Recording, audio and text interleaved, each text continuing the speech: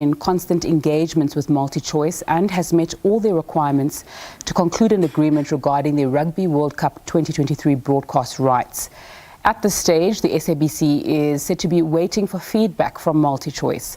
The Rugby World Cup kicks off on Friday evening when host nation France play the All Blacks in Paris. Defending champions South Africa take on Scotland in their opening Group B match late on Sunday afternoon. Joining me in studio to discuss this matter is SABC Chief Operating Officer Ian Plaatjies. Thanks so much for your time on SABC News this afternoon, Mr. Plaatjies. Just give us context into the broadcast rights issue with you and MultiChoice over the Rugby World Cup. Thanks, Zinga. So, as you know, MultiChoice has got exclusivity with rugby. So they own the broadcast rights both for free-to-air as well. So we are forced to acquire the rights via them. We can't go directly to the source. We have been in discussions with them for the last 2 years, basically. We eventually went to the Competitions Commission 14 months ago, reported the matter to ICASA as well, and we're been in serious negotiations since the beginning of this year. It was very clear they have no interest in giving those rights to us. So last Friday, they made an announcement that we had not been able to reach an agreement, which wasn't true. We had not responded to them. But they were bold to make the statement because they knew their restrictive conditions were just absurd. However, we did make the offer to them. And we're still awaiting their response. And we met all their conditions. Mm-hmm.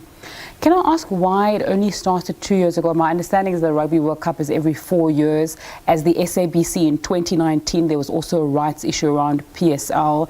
As the public broadcaster, should there not be more forward-thinking in terms of as soon as the other Rugby World Cup ends, we know we have rights issues with MultiChoice, we know we have challenges. Why were they only started 2 years ago? That's a good question. I think predominantly because the relationship broke down, because of, we believe, the anti-competitive behaviour, and that is our case before the Competitions Commission.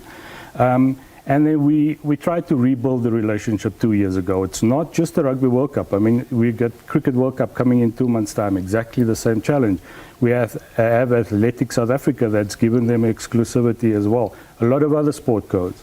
So we've been in discussions with them and saying, look, can we please find a way to make sport available to everyone in South Africa? What's the sticking point? My understanding was that also, even if you got certain rights, you can't monetize them. Yeah, that's important. So what they do is, firstly, they acquire the rights. In the past, this is absurdity. They used to even acquire radio rights and not pass it on to us. They don't even have radio stations. But that's a regulatory matter, and it needs to be dealt with ICASA and Competitions Commission. So what they've done, I'll just talk rugby for example. They bought the rights. They've offered it to us at a ridiculous price with ridiculous restrictive conditions. For example, we've got a sport channel that we launched about 2 years ago. It's the only sport channel in the country outside of MultiChoice bouquet. Their restrictive condition is we're not allowed to show the Rugby World Cup on our own sport channel. I mean, how ridiculous can that be? Moreover, even if we put it on linear, on other platforms, for example, OVHD, we have to block that out. We can't show it on there. So that's 3.2 million households that cannot see the game, even once we sign the agreement. There's other restrictive conditions. First, they actually came with, we can't have it live. It must be delayed. I mean, it's just totally crazy. Mm-hmm. Okay, so this is an issue that's a recurring one. You're aware of it and you've spoken to us about the challenges. What's going to be done? The Rugby World Cup starts tomorrow and millions of households will not have access to sport. We know that sport goes beyond just entertainment. In South Africa particularly, it's a nation-building thing. As the public broadcaster, your mandate or what you're supposed to do includes nation building. There's a missed opportunity that's going to come if tomorrow or on Sunday, millions of South Africans don't get to watch the Rugby World Cup. Yeah, indeed. And I think MultiChoice runs the risk of undoing the great work that our great Madiba and Francois Pienaar done when they both wore the number 8 jersey and made us all proud. We're waiting for them to get back to us. We anticipate that they're going to try and do this as late as possible to prevent us from being able to do the opening ceremony for tomorrow. It's just radio silence. We're not getting through to them. Why did you go over to the office? They probably won't open up the doors for us. No, but where's the responsibility of the SABC? I understand, and it sounds like very difficult, and as a commercial entity, they are obviously trying to look after their interests, and we are going to try and speak to MultiChoice to give them a right of reply. But where's the responsibility of the SABC? Because it cannot just be, this is MultiChoice's fault, and if something goes wrong, it's the MultiChoice's fault, because you are the SABC. Yeah. Well, if you really look at it, well, we're the only country, I think, left in the world that doesn't separate the rights. So you cannot have a paid TV buying free-to-air rights for the simple reason of not passing it on or even creating a profit on it, but to block the competitor from using those rights. We believe that that's anti-competitive behavior. And so the regulations need to change. As I said, we lodged this complaint 14 months ago already, and the case was just recently delayed until next year. We had hoped in this 14 months the matter would have been heard and resolved, and we believe we have a watertight case on this. If that had happened, we wouldn't be sitting here right now, because they wouldn't be allowed to acquire rights that they are not able to actually use. I think this speaks to a bigger issue, and I wonder if the SABC is then going to look forward and take this higher, so that in the future with other sporting activities, this behavior that you call anti-competitive behavior, which sounds very anti-competitive, stop, because you can't always be reacting. Because also, even though there are those challenges, if I'm sitting at home, I'm paying my TV license, I don't care what's happening. I want to be entertained, I want to be informed, and I want to watch my sport and have access to the kind of content that I'm paying for. So we currently, our fate is in the hands of the regulators. So without them changing that regulations, MultiChoice is just going to continue with this behavior.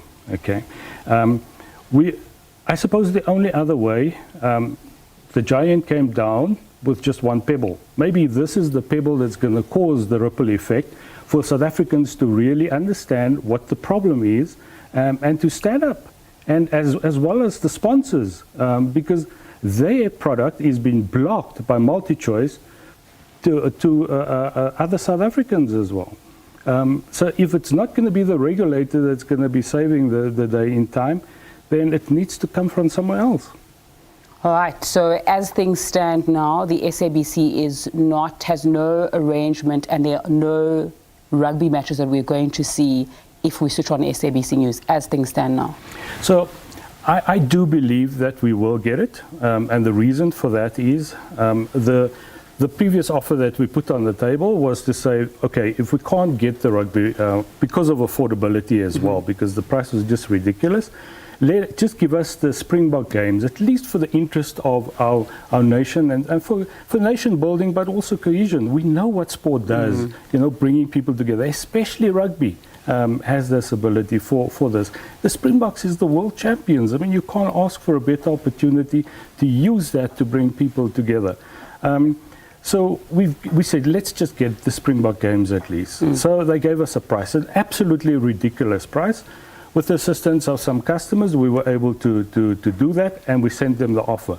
Their reply was, in the 7 games of the Springbok games, in the unlikely event that the Springboks would not proceed to the final, we cannot replace the semi-final, quarterfinals, and we can't get the finals. Now, we're not tendering for gambling rights, we're tendering for sport rights. We have got to go to our customers and sell this. How do I sell and say we're getting maybe 7 games, but guaranteed 4 games? So their argument around the excessive pricing was the Springboks is the world champions. So give that. So the price is more. Now the counter argument I propose or assume is going to be that they need to reprice the deal now. Well, if they do, it needs to be less, because by their own argument, the Springboks are the world champions, and so we paid more than what we should have to be able to get the Springboks. Okay. What we have done is to revert to their previous agreement that they wrote, and it's very clear the terms and conditions in there, and we accepted it. However restrictive they are, we accepted it. So they actually have no reason not to accept it. Okay, but just for clarity, as things stand now, there's no deal, and there's no deal. So come Sunday when the Springboks play, there's a chance that it's not going to be on the SABC News Channel or SABC. I certainly hope that there will be intervention. Just to a yes or prevent no, that. please, as things stand now. As you know, we depend on them to accept our offer. We've met all of their conditions. They need to accept the offer. If they accept the offer today, I can say yes. But for now, it's a no. Them. It's absolute radio silence from them. We haven't heard back from them. Ian Plaatjies, SABC COO, joining me in studio there, talking about that rights issue, broadcasting the Rugby World Cup and possibly Springbok games. We obviously are following that story and also trying to get hold of MultiChoice to speak to them as well. Now, the founder of